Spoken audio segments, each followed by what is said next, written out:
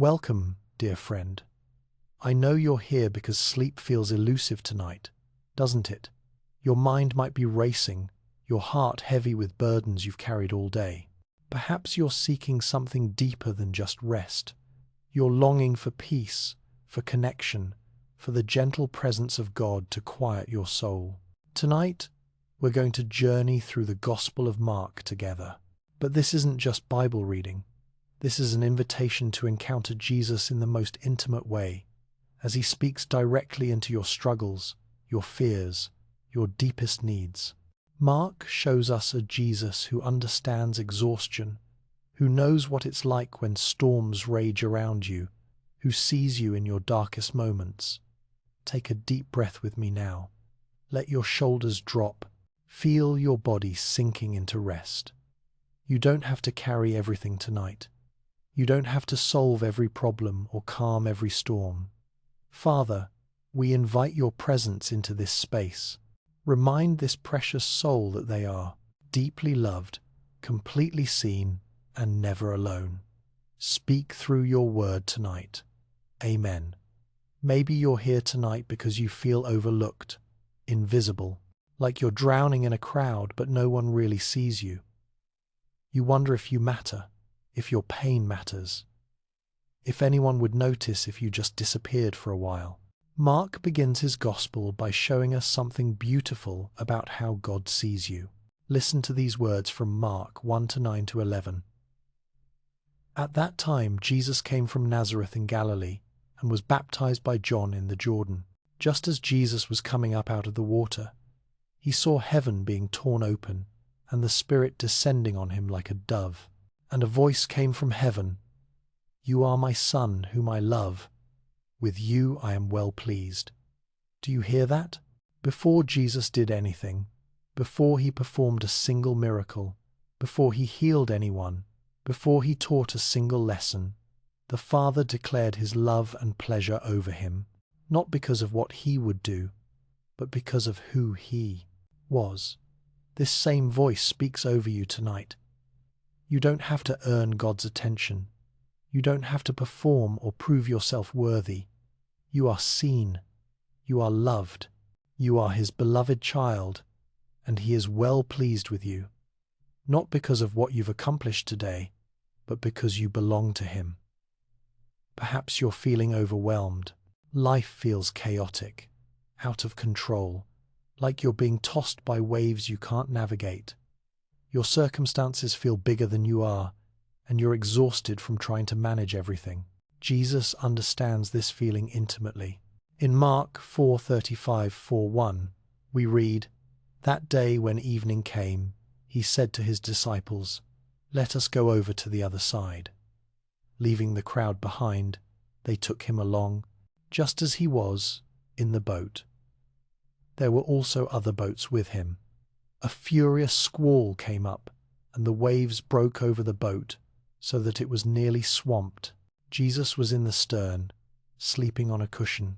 The disciples woke him and said to him, 'Teacher, don't you care if we drown?' He got up, rebuked the wind, and said to the waves, 'Quiet! Be still!' Then the wind died down and it was completely calm. Notice something beautiful here. Jesus was sleeping. Even in the boat, even knowing a storm was coming, Jesus rested. He wasn't anxious about the wind or the waves. And when his disciples woke him, he didn't panic. He simply spoke peace into their chaos. Right now, Jesus is in your boat. He's not panicked about your storm. He's not overwhelmed by what overwhelms you. And just as he spoke peace to the wind and waves, he speaks peace over your racing heart, your anxious thoughts, your restless spirit. Quiet. Be still. These aren't just words spoken to nature. They're words spoken to your soul. Maybe tonight you're here because you feel broken, used up, like you've been hurt so deeply that you wonder if you'll ever be whole again. The pain feels permanent. The wounds feel too deep to heal. In Mark 5:25-4, we meet a woman who had been bleeding for 12 years, 12 years of pain, 12 years of isolation, 12 years of hoping for healing that never came. She had spent everything she had on doctors who couldn't help her. She had grown worse, not better. When she heard about Jesus, she came up behind him in the crowd and touched his cloak, because she thought, if I just touch his clothes, I will be healed. Immediately her bleeding stopped and she felt in her body that she was freed from her suffering. But here's what's even more beautiful than her physical healing. Jesus didn't just let her slip away unnoticed. He stopped everything. In front of everyone, he called her daughter. He affirmed her faith. He sent her in peace, completely healed. Your brokenness is not the end of your story. Your pain is not your identity. Jesus sees what others have overlooked. He knows what you've endured, what you've survived, what you've carried alone.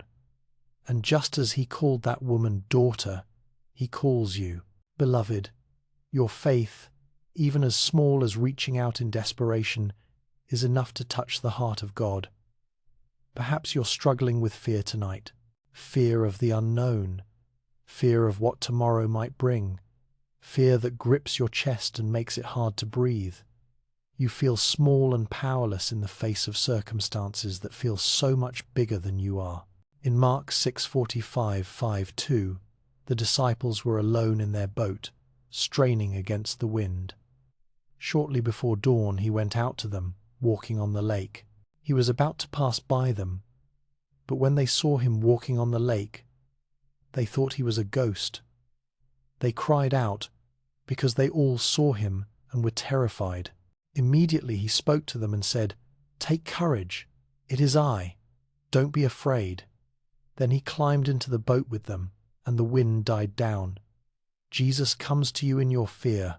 He doesn't wait for you to figure it out or get stronger or feel braver. He comes to you right where you are, right in the middle of your storm, right when you feel most alone. And his words to you are the same. Take courage. It is I. Don't be afraid. You don't have to be brave on your own. You don't have to face your fears alone. Jesus climbs into your boat. He speaks peace over your storm. And just as the wind died down for the disciples, your fears lose their power in his presence. Maybe you're here because you feel empty, spiritually hungry but not sure what could possibly fill the aching void inside you. You've tried so many things, but nothing satisfies the deep longing in your soul. In Mark 6:34-4, Jesus encountered 5,000 hungry people in a remote place. His disciples wanted to send them away to find food elsewhere, but Jesus had a different idea. Taking the 5 loaves and the 2 fish and looking up to heaven, he gave thanks and broke the loaves. Then he gave them to his disciples to distribute to the people. He also divided the 2 fish among them all. They all ate and were satisfied. And the disciples picked up 12 basketfuls of broken pieces of bread and fish. Jesus doesn't send you away to find what you need elsewhere. He takes what you have, even if it seems impossibly small, even if it feels like nothing, and he multiplies it. Your small faith, your tiny hope, your desperate cry for help, these are enough in his hands. You will be satisfied, not with temporary fillers or hollow distractions, but with the bread of life himself. Jesus doesn't just meet your needs, he exceeds them. There are always basketfuls left over when Jesus provides. Right now, let your breathing slow. Feel your body beginning to relax. You are held by the one who calms storms, who sees you completely, who satisfies your deepest hunger. You don't have to carry your burdens tonight. You don't have to solve your problems or heal your own wounds. You can rest in his presence, knowing that you are deeply, completely, eternally loved. Your heart is heavy tonight, isn't it? Maybe it's grief that sits like a weight on your chest, the loss of someone you loved, dreams that died, pieces of your life that will never be the same. The sadness feels overwhelming, like it might swallow you whole. Jesus knows this kind of sorrow. In Mark 14:32-36, we see him in the Garden of Gethsemane. They went to a place called Gethsemane, and Jesus said to his disciples, "Sit here while I pray." He took Peter, James, and John along with him, and he began to be deeply distressed and troubled.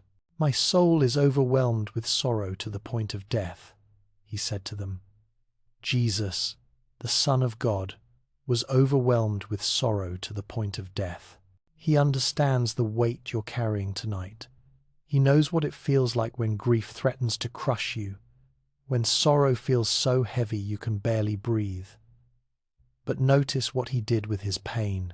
He didn't hide it or pretend it wasn't real. He acknowledged it. "My soul is overwhelmed." And then he brought it to his Father. "Abba, Father, everything is possible for you. Take this cup from me, yet not what I will, but what you will." Your grief is not a sign of weak faith. Your sorrow is not something to be ashamed of. Jesus himself wept.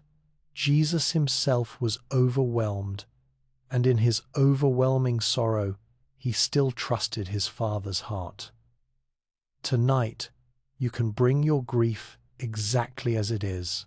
You don't have to clean it up or make it smaller or more manageable. God can hold the full weight of your sorrow. He's not afraid of your tears or overwhelmed by your pain. He draws near to the brokenhearted, and that includes you. Maybe your struggle tonight is with anger, rage that burns hot in your chest because of injustice, betrayal, or pain that never should have happened to you. You feel guilty for being angry, especially at God, but the fury is real, and it's consuming you.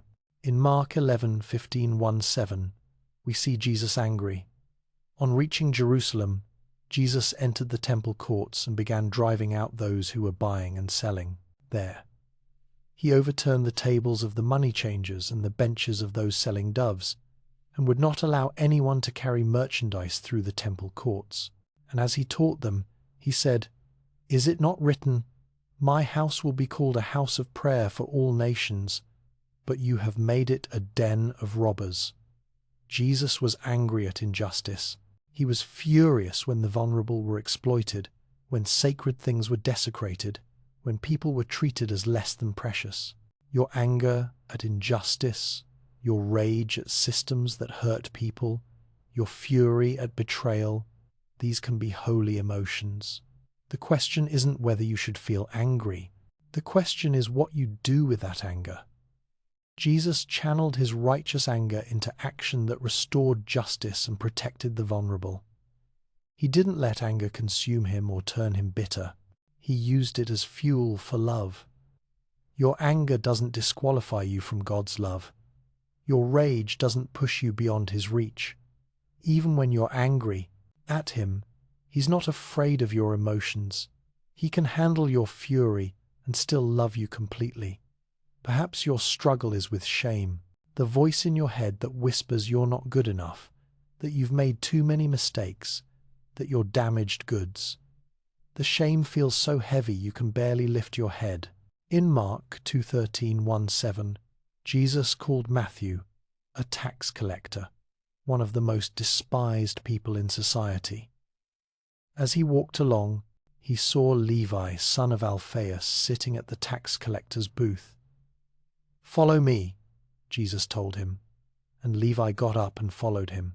While Jesus was having dinner at Levi's house, many tax collectors and sinners were eating with him and his disciples, for there were many who followed him. When the teachers of the law, who were Pharisees, saw him eating with the sinners and tax collectors, they asked his disciples, "Why does he eat with tax collectors and sinners?"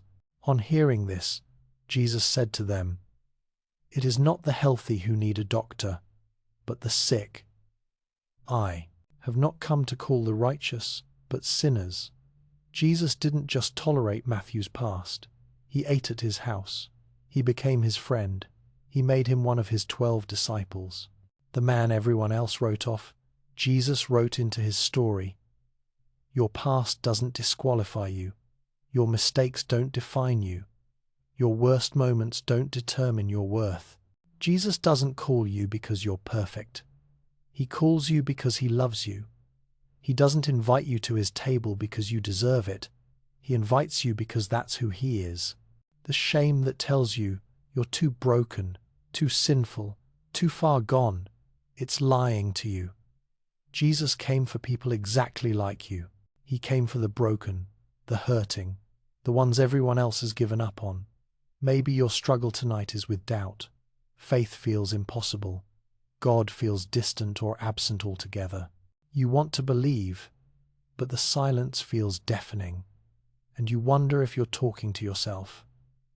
In Mark 9:14-4, a father brought his demon-possessed son to Jesus. So they brought him. When the spirit saw Jesus, it immediately threw the boy into a convulsion. He fell to the ground and rolled around, foaming at the mouth. Jesus asked the boy's father, "How long has he been like this?" "From childhood," he answered. "It has often thrown him into fire or water to kill him. But if you can do anything, take pity on us and help us." "If you can," said Jesus, "everything is possible for one who believes." Immediately the boy's father exclaimed, "I do believe. Help me overcome my unbelief. I do believe. Help me overcome my unbelief." What an honest, beautiful prayer. This father didn't pretend to have perfect faith. He didn't hide his doubts or feel ashamed of his struggle to believe. He brought his faith and his doubt together to Jesus. And Jesus didn't rebuke him for his honesty. He didn't demand stronger faith before he would act. He healed the boy right there in the midst of the father's imperfect faith. Your doubts don't disqualify you from God's love. Your questions don't push you away from his presence. Your struggle to believe doesn't mean you're failing. Even faith the size of a mustard seed is enough. Even faith mixed with doubt is still faith. Tonight, you can pray that same honest prayer. I do believe. Help me overcome my unbelief. God can work with messy faith. He can work with uncertain hope. He can work with you exactly as you are. Perhaps you're struggling with loneliness tonight. You feel isolated, misunderstood, like no one really knows the real you. Even in a crowd, you feel alone. The ache for connection, for someone to truly see you, is almost unbearable. In Mark 1:35-39, even Jesus sought solitude with his Father.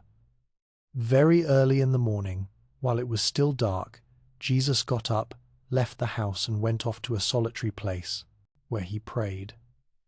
Simon and his companions went to look for him, and when they found him, they exclaimed, "Everyone is looking for you." Jesus replied, "Let us go somewhere else, to the nearby villages, so I can preach there also. That is why I have come." Jesus understood the need for solitude, for quiet connection with his Father, but he also understood community. He chose 12 disciples not just to follow him, but to be with him. He created a family of choice, bound not by blood but by love. Your loneliness is real, and it matters. The ache for connection is part of being human. But you're not as alone as you feel. Jesus knows what it's like to be misunderstood. He knows what it's like to be rejected by those who should have loved him most. And he chooses you, not just to follow him, but to be with him, to be part of his family, to belong somewhere. Your loneliness doesn't have to be permanent. Your isolation doesn't have to define you. Maybe you're struggling with feeling overwhelmed by responsibility. You're carrying so much, caring for others, meeting expectations, trying to keep all the plates spinning. You feel like you can't ask for help because everyone is depending on you. In Mark 6:33-2, even Jesus recognized the need for rest. The apostles gathered around Jesus and reported to him all they had done and taught. Then, because so many people were coming and going that they did not even have a chance to eat, he said to them, "Come with me by yourselves to a quiet place and get some rest." So they went away by themselves in a boat to a solitary place. Jesus didn't tell his disciples to work harder or carry more. When he saw they were overwhelmed, when he saw they didn't even have time to eat, he led them to rest. He modeled the rhythm of work and rest, of serving others and caring for themselves. You don't have to carry it all. You don't have to be everything to everyone. Even Jesus stepped away from the crowds who needed him to rest with his disciples. Taking care of yourself isn't selfish. It's necessary. Tonight, you have permission to rest. You have permission to put down the weight you've been carrying. You have permission to be human, to have limits, to need renewal. Let your breathing deepen now. Feel your body relaxing into rest. Whatever struggle brought you here tonight, grief, anger, shame, doubt, loneliness, overwhelm, Jesus meets you in it. He doesn't require you to fix yourself before you come to him. He meets you exactly where you are, in the mess, in the pain, in the questions. You are not too much for him to handle. You are not too broken for him to love. You are not too far gone for him to reach. He sees you, he knows you, and he loves you completely. You're wondering if God's promises are really for you, aren't you? You've heard them before, those beautiful verses about hope and future plans. But they feel distant tonight, like they're meant for other people, better people, people who have their lives together. Listen to this moment in Mark 10:13-16. People were bringing little children to Jesus for him to place his hands on them, but the disciples rebuked them. When Jesus saw this, he was indignant. He said to them, "Let the little children come to me, and do not hinder them, for the kingdom of God belongs to such as these. Truly I tell you, anyone who will not receive the kingdom of God like a little child will never enter it." And he took the children in his arms, placed his hands on them, and blessed them. The disciples thought the children were interrupting important work. They thought Jesus was too busy for little ones who couldn't contribute anything significant. But Jesus was indignant, not at the children, but at those who would keep them away from him. This is God's promise to you tonight. You never interrupt him. You never come at the wrong time. You never need to wait your turn or prove you deserve his attention. Like those children, you belong in his arms.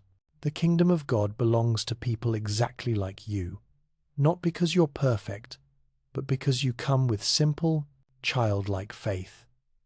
He takes you in his arms tonight. He places his hands on you and blesses you. This isn't conditional on your performance or dependent on your goodness.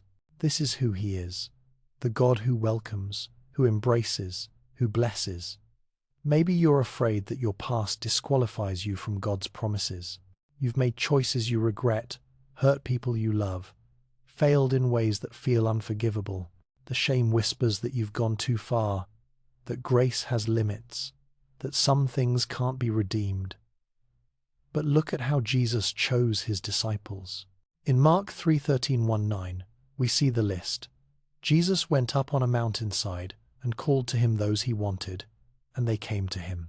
He appointed 12 that they might be with him, and that he might send them out to preach and to have authority to drive out demons.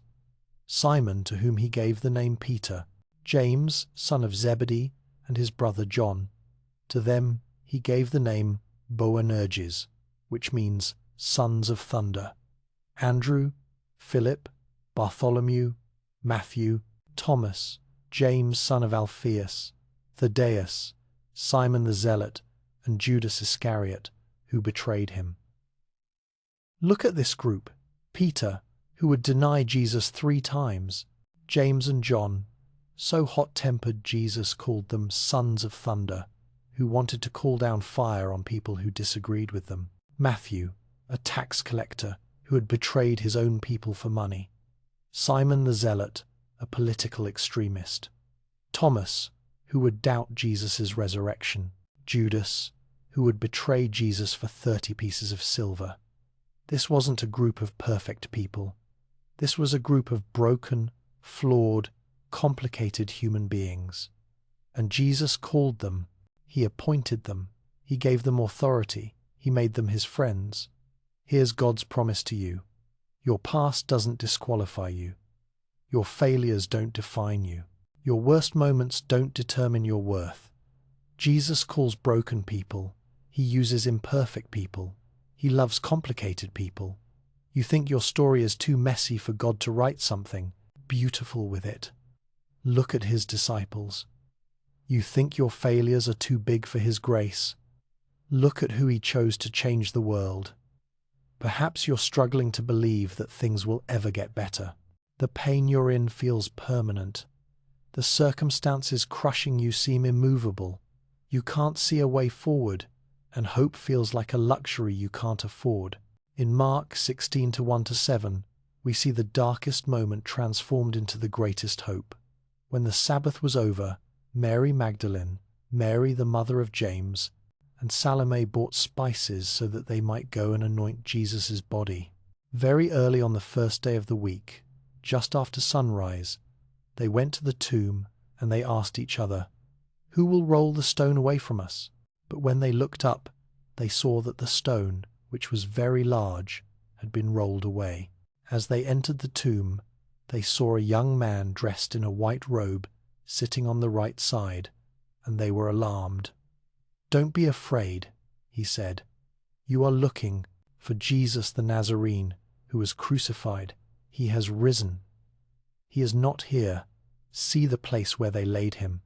But go, tell his disciples and Peter, he is going ahead of you into Galilee. There you will see him, just as he told you." The women went to the tomb, expecting death and found life. They went expecting to anoint a dead body and found an empty tomb. They went with spices for burial and left with news of resurrection. This is God's promise to you. What looks like the end of your story might actually be the beginning of something greater than you can imagine. The stone that seems too heavy for you to move, God can roll it away. The situation that looks hopeless, God can breathe life into it. But notice something beautiful in verse 7. Tell his disciples and Peter. Peter, who had denied Jesus 3 times. Peter, who was probably drowning in shame and regret. Peter, who might have thought he was no longer worthy to be called a disciple. The angel specifically mentioned Peter by name. God's promise includes you, especially you. Even when you've failed, even when you've denied him, even when you've walked away, he doesn't give up on you. He doesn't write you off. He calls you by name and includes you in his plans. Maybe you're worried that you're not strong enough for what you're facing. The challenges ahead feel too big for your faith, too overwhelming for your resources. You feel small and inadequate in the face of what's required of you. In Mark 12:41-44, Jesus watched people giving their offerings. Jesus sat down opposite the place where the offerings were put and watched the crowd putting their money into the temple treasury. Many rich people threw in large amounts, but a poor widow came and put in 2 very small copper coins, worth only a few cents.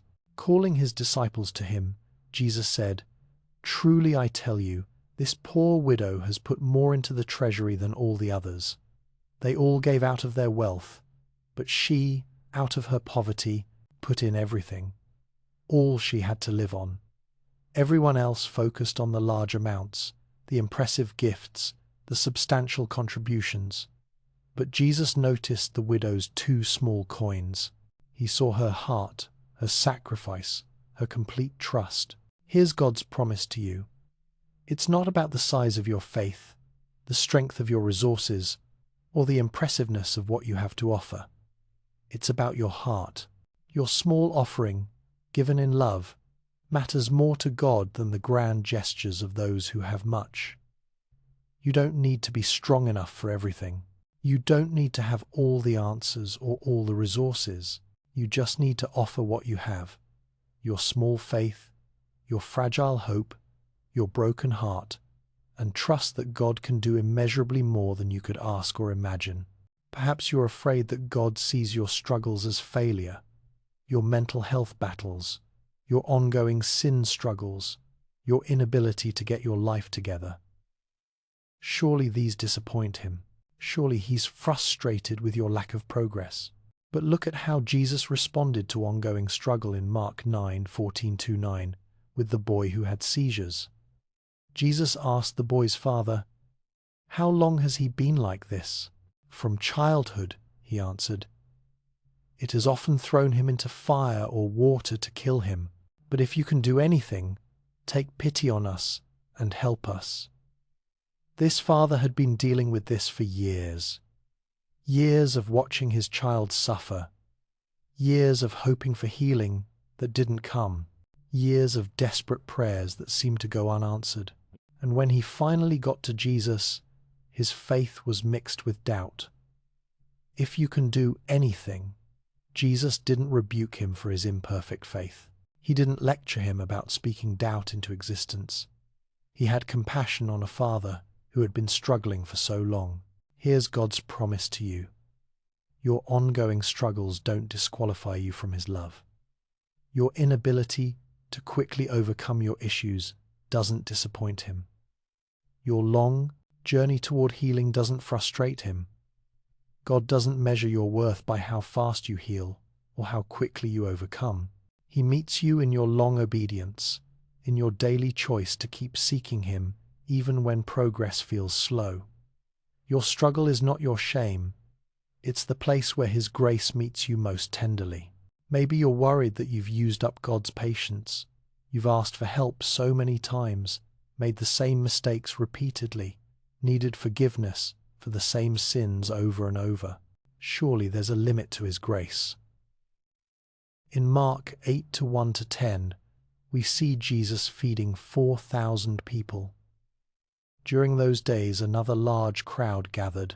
Since they had nothing to eat, Jesus called his disciples to him and said, "I have compassion for these people. They have already been with me 3 days and have nothing to eat. If I send them home hungry, they will collapse on the way because some of them have come a long distance." This is the second time Mark records Jesus feeding a massive crowd.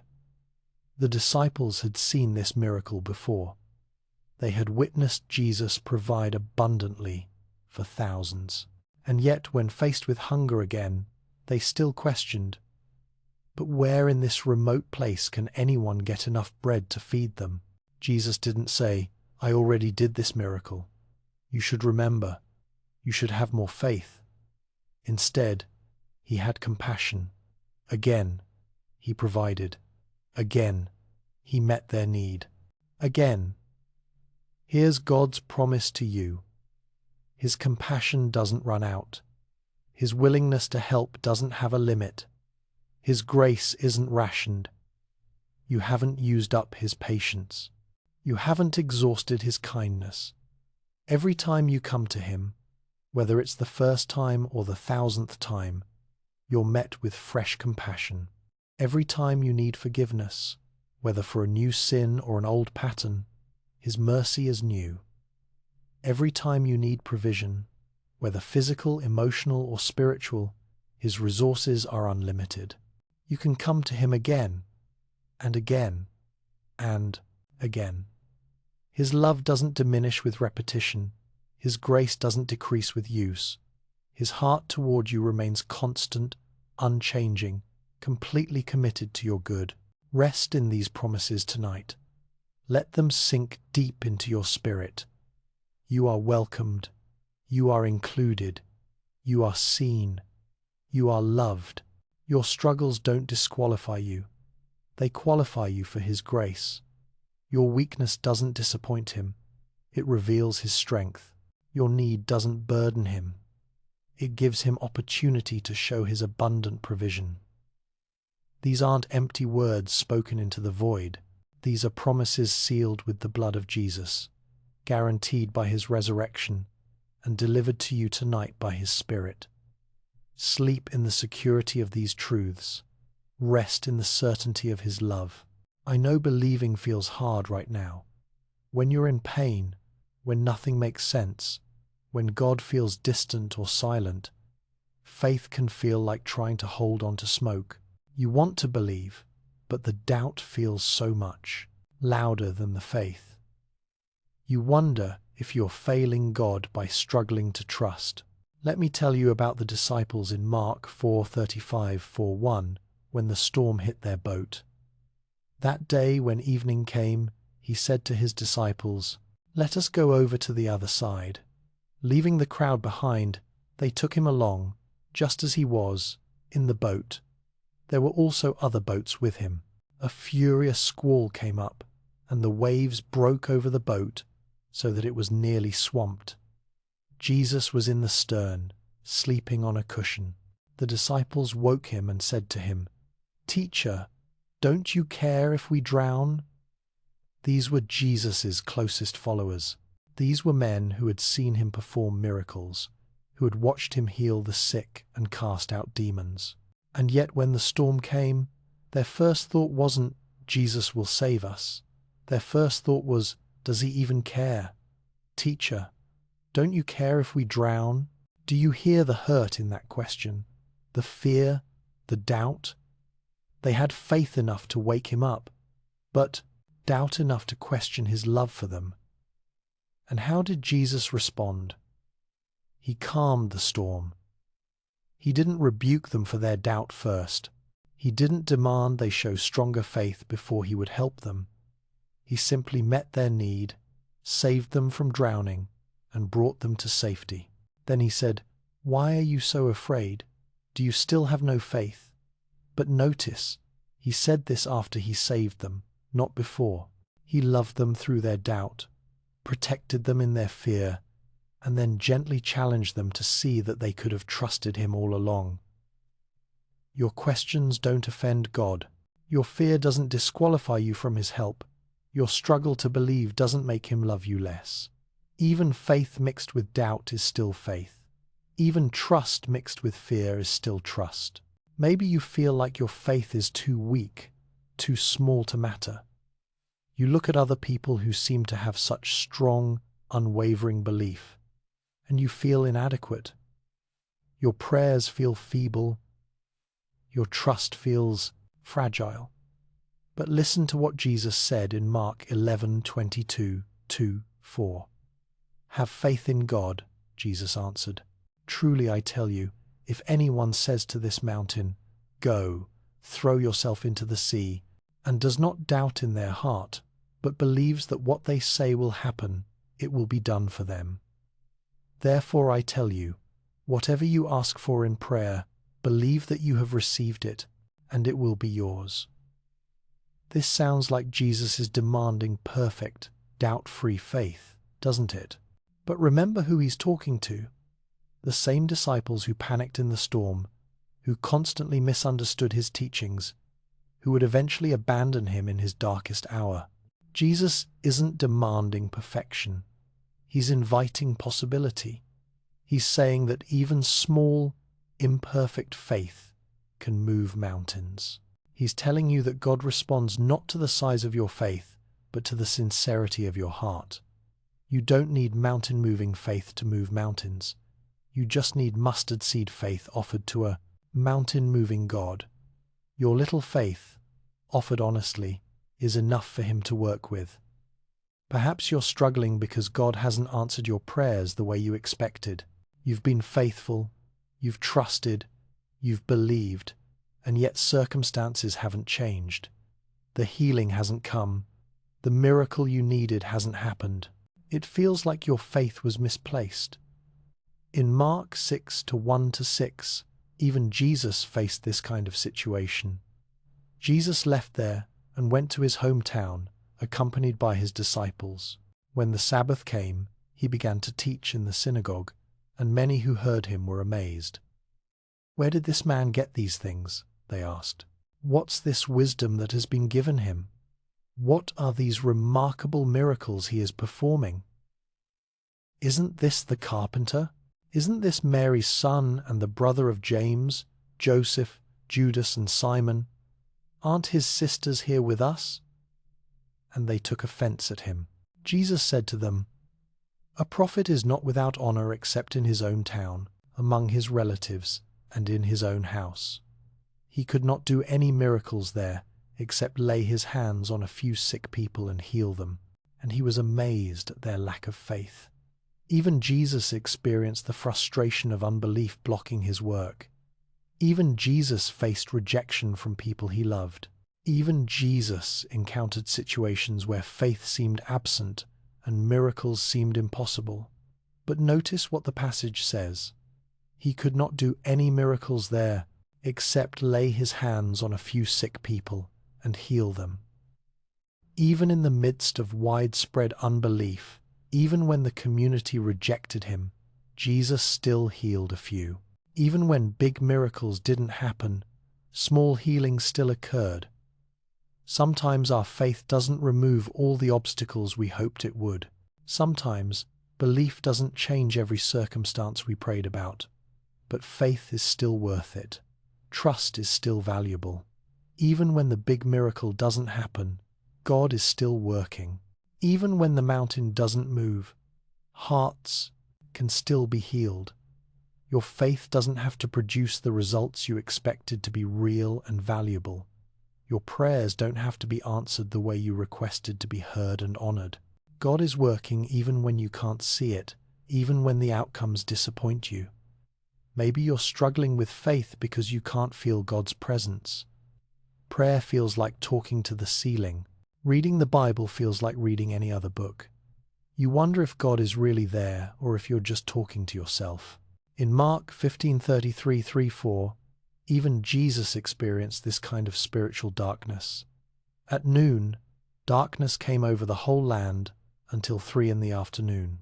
And at 3 in the afternoon, Jesus cried out in a loud voice, Eloi, Eloi, lema sabachthani, which means, my God, why have you forsaken me? Jesus, God in flesh, experienced feeling forsaken by God. On the cross, bearing the weight of all sin, Jesus felt the agonizing separation that comes when God seems absent. If Jesus could feel forsaken, how much more might we experience those dark nights of the soul? But here's what's beautiful about this moment. Jesus cried out to God even when he felt forsaken by him. Even in his experience of abandonment, he still called God, my God. Even when he couldn't feel the connection, he maintained the relationship. Your feelings don't determine God's presence. Your ability to sense him doesn't measure his closeness to you. God was never more present with Jesus than when Jesus felt most abandoned by him. The cross wasn't God's absence. It was God's deepest involvement in human pain. When you can't feel God, when prayer feels empty, when faith feels forced, you're not alone in that experience. Even Jesus walked through that darkness. And just as the cross led to resurrection, your dark night of faith can lead to deeper trust. Perhaps your struggle with faith comes from unanswered questions. You've prayed for understanding, searched for meaning, asked God to explain why certain things happened or didn't happen. The silence feels deafening, and you wonder if asking questions means you don't really believe. In Mark 9:28-9, the disciples had questions too. After Jesus had gone indoors, his disciples asked him privately, "Why couldn't we drive it out?" He replied, "This kind can come out only by prayer." The disciples had tried to cast out a demon and failed. They were confused, perhaps embarrassed. So they asked Jesus privately for an explanation. They didn't pretend to understand. They didn't hide their confusion behind false confidence. And Jesus answered them. He didn't rebuke them for questioning. He didn't shame them for not knowing. He simply explained what they needed to understand and equipped them for next time. Your questions are not the enemy of faith. They're often the path to deeper faith. Your confusion doesn't disqualify you from God's love. Your need for understanding doesn't make you a weaker believer. God is not intimidated by your questions. He's not threatened by your need for explanation. Ask him. Seek understanding. Press in for clarity. A faith that can't handle questions isn't faith at all. it's just wishful thinking. Maybe you feel like you keep failing at faith. You have moments of trust, followed by seasons of doubt. You believe one day and struggle the next. It feels like you're not making progress, like you're not growing the way you should. But look at Peter throughout Mark's Gospel. In Mark 8:29, he declares, "You are the Messiah." In Mark 8:32, just verses later, he rebukes Jesus for talking about his death. In Mark 14:29, he swears he'll never deny Jesus. In Mark 14:66-7:2, he denies Jesus 3 times. Peter's faith journey wasn't a straight line upward. It was full of ups and downs, moments of clarity followed by confusion, bold declarations followed by cowardly denials. And yet Jesus never gave up on him. Jesus saw potential in Peter that Peter couldn't see in himself. Your faith doesn't have to be perfect to be real. Your trust doesn't have to be constant to be valuable. Growth isn't measured by the absence of doubt, but by the choice to keep returning to God, even in the midst of uncertainty. Every time you choose to pray despite feeling distant from God, you're exercising faith. Every time you open His Word, even when it feels dry, you're demonstrating trust. Every time you reach out to Him in your doubt and confusion, you're showing the kind of faith that moves His heart. You're not failing at faith. You're learning to walk by faith. And like any learning process, it involves stumbling and getting back up, questioning and seeking answers, doubting and choosing to trust anyway. Tonight, let go of the pressure to have perfect faith. Let go of the guilt over your questions and doubts. God is not measuring your faith by its size or consistency. He's celebrating every small step of trust, every tiny choice to believe, every mustard seed of hope you offer Him. Your faith is enough, not because it's strong, but because the God you're placing it in is strong. Not because it's perfect, but because the love you're trusting in is perfect. Rest in His faithfulness, not your own. Sleep in His constancy, not your own. Your mind has been working so hard today, hasn't it?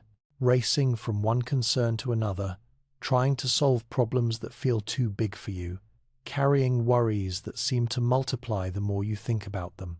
Even now, as you're trying to rest, thoughts keep spinning, questions keep coming, and peace feels just out of reach. Jesus understands this kind of mental exhaustion. In Mark 1:35, we see how He dealt with the overwhelming demands on His time and energy.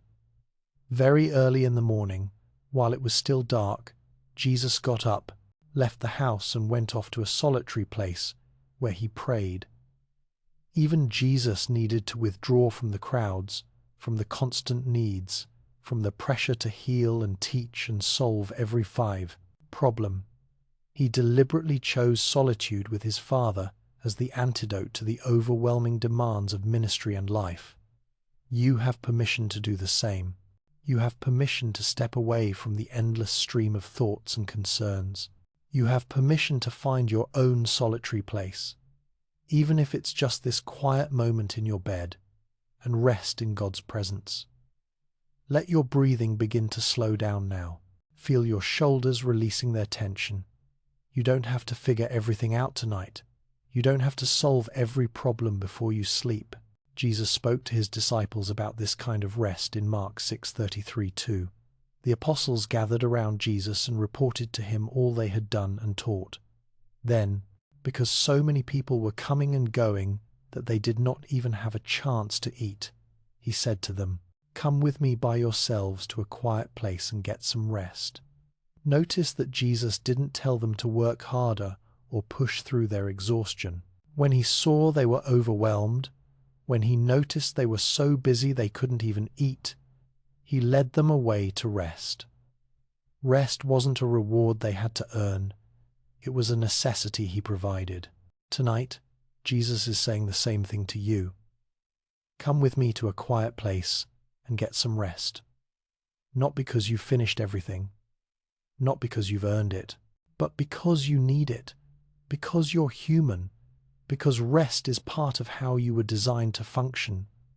Feel the weight of your body sinking deeper into rest. Let your mind begin to quiet. You are being invited into the same rest Jesus offered his disciples.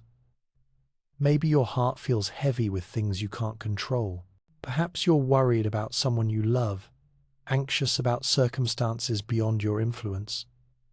Your heart aches with the weight of caring so deeply about things you're powerless to fix. In Mark 14:32-36, Jesus experienced this same kind of heart heaviness. They went to a place called Gethsemane, and Jesus said to his disciples, "Sit here while I pray." He took Peter, James, and John along with him, and he began to be deeply distressed and troubled. "My soul is overwhelmed with sorrow to the point of death," he said to them. "Stay here and keep watch." Going a little farther, he fell to the ground and prayed that if possible the hour might pass from him. "Abba, Father," he said, "everything is possible for you. Take this cup from me. Yet not what I will, but what you will." Jesus felt overwhelmed with sorrow to the point of death. His soul was deeply troubled by what lay ahead. But notice what he did with that overwhelming emotion. He brought it to his Father. He poured out his honest feelings. "Take this cup from me." And then he surrendered the outcome. "Yet not what I will, but what you will." You can bring your heavy heart to God tonight. You can tell him honestly about your fears, your worries, your overwhelming concerns. You don't have to pretend to be fine. And then you can rest in his will, his timing, his perfect love for those you care about. Let your breathing deepen even more. Feel your heart rate beginning to slow. The weight you've been carrying can be set down now. Your body is tired, isn't it? Tired from stress, from worry, from carrying tension in your muscles and anxiety in your chest. You've been holding so much that your body feels exhausted even when you haven't done anything particularly physical. Jesus spoke to this kind of exhaustion in Mark 11:28-30. "Come to me, all you who are weary and burdened, and I will give you rest. Take my yoke upon you and learn from me, for I am gentle and humble in heart, and you will find rest for your souls. For my yoke is easy and my burden is light." Come to me, all you who are weary. That's you, right now, in this moment, weary from trying so hard, from carrying so much, from worrying about so many things. Come to me. Not to a system or a program or a technique. Come to a person who understands exhaustion, who knows what it's like to be overwhelmed, who offers not just rest for your body but rest for your soul. Feel your muscles beginning to relax. Starting with your face, let the tension melt away. Your jaw can unclench, your forehead can smooth, your shoulders can drop. I will give you rest. This isn't something you have to work for or earn. This is something he gives. A gift, grace, rest that comes not from emptying your schedule, but from emptying your hands of the burdens you were never meant to carry alone. Perhaps your spirit feels restless tonight. You've been searching for peace in so many places, in solutions, in control, in understanding, in having everything figured out. But the peace you're seeking feels elusive, just beyond your grasp. In Mark 4:39, Jesus spoke to this kind of spiritual restlessness. He got up, rebuked the wind, and said to the waves, "Quiet, be still." Then the wind died down and it was completely calm, quiet, be still. These weren't just words spoken to the wind and waves. These are words spoken to your restless spirit, to your anxious thoughts, to the storm in your soul. You don't have to make yourself peaceful. You don't have to force stillness. Jesus speaks peace over the chaos in your heart. He commands the storms of worry to be quiet. He brings calm to the turbulence in your spirit. Let those words sink deep into your soul now. Quiet. Be still. Feel the internal storm beginning to subside. Peace is not something you create, it's something you receive. Your breathing is becoming slower and deeper. Your mind is beginning to release its grip on the day's concerns. You are entering into the rest that Jesus offers. Maybe you're struggling to let go of control tonight. Your mind wants to keep planning, problem solving, trying to manage outcomes you can't actually control. There's a part of you that believes if you just think hard enough, worry intensely, enough, you can somehow influence things that are completely outside your power. In Mark 8:36, Jesus asked a profound question. What good is it for someone to gain the whole world, yet forfeit their soul? Tonight, consider a similar question. What good does it do to gain control of your thoughts but forfeit your peace? What benefit is there in managing every concern but losing your ability to rest? You can release your grip on control. You can stop trying to manage what's beyond your power. You can trust that God is working even while you sleep. Feel your hands relaxing, palms open. This is the posture of release, of surrender, of trust. You don't have to hold on to everything so tightly. As your body settles more deeply into rest, remember the words from Mark 4:26-7. This is what the kingdom of God is like. A man scatters seed on the ground. Night and day, whether he sleeps or gets up, the seed sprinkles and grows, though he does not know how. Even while you sleep, God is working. Even while you rest, His kingdom is advancing. Even while you can't see or control or understand, His purposes are being fulfilled. The seed grows while you sleep, not because you're managing it, but because that's how God designed it to work. Your rest is not wasted time. Your sleep is not unproductive. While you rest, God is working in ways you cannot see or imagine. He is tending to the seeds of hope you've planted, the prayers you've prayed, the faith you've exercised. Let your eyelids grow heavy. Feel sleep beginning to pull you into its embrace. You are safe in God's care. You are held in His love. As you drift towards sleep, hold on to these final truths from Mark 1:11. And a voice came from heaven. You are my Son, whom I love. With you I am well pleased. These words spoken over Jesus are spoken over you too.